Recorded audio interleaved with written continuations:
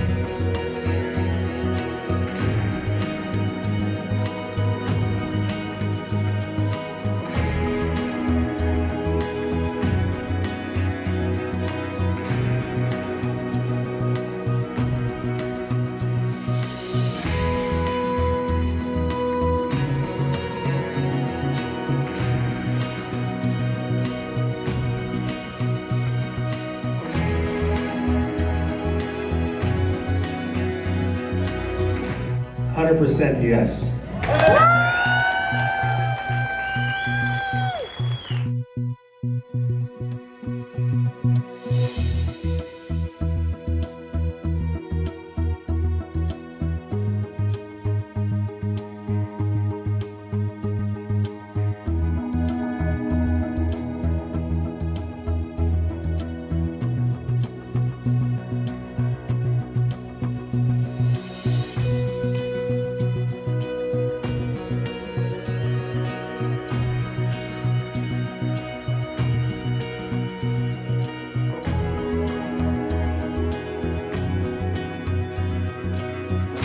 And a point of order from the honourable member for Sydney Victoria.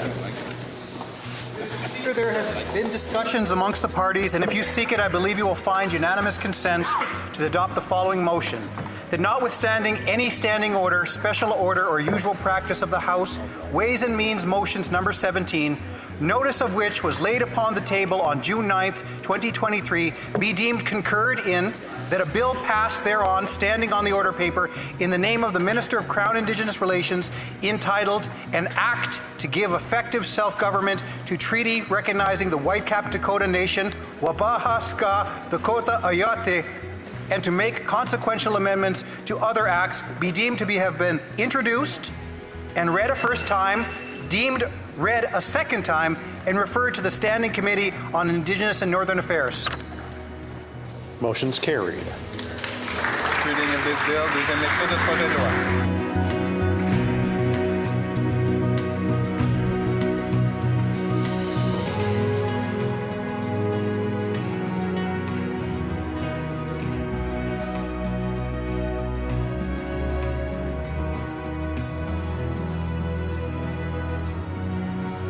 Beto Esther, Frank Rolla Macapido, use Kia Wachia copy.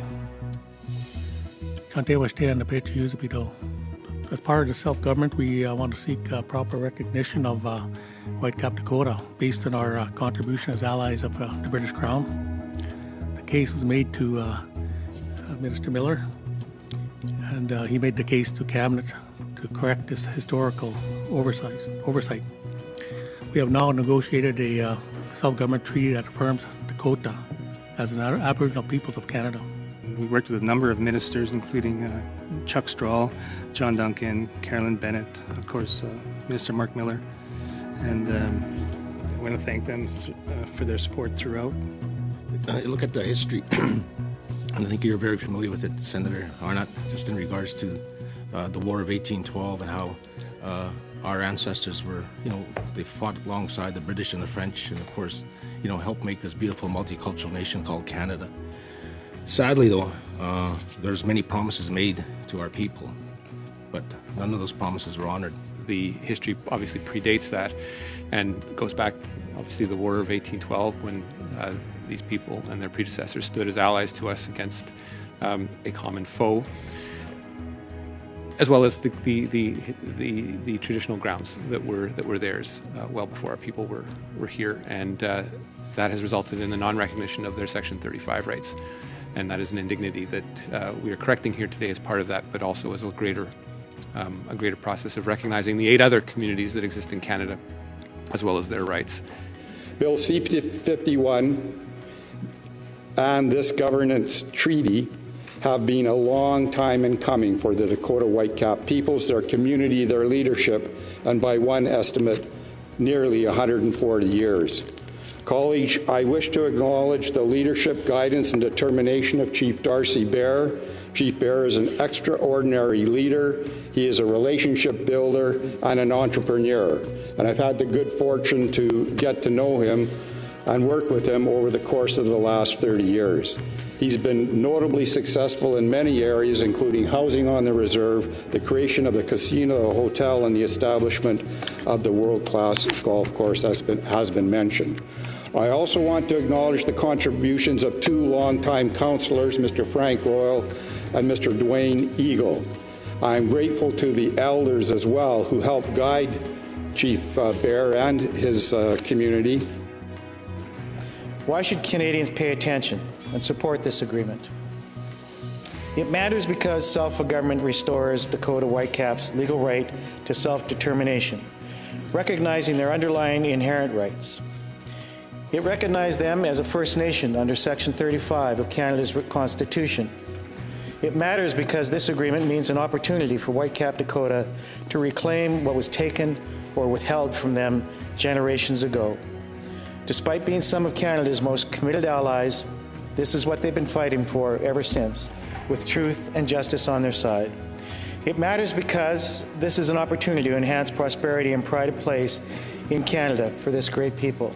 Adopting this bill will be a way of actualizing reconciliation for the Whitecap Dakota Nation, and also as a model, I think a model of optimism for other First Nations and for Canada as a whole. I hope that you will support this bill and we'll be able to move it into actuality and that it can come into force in September as planned.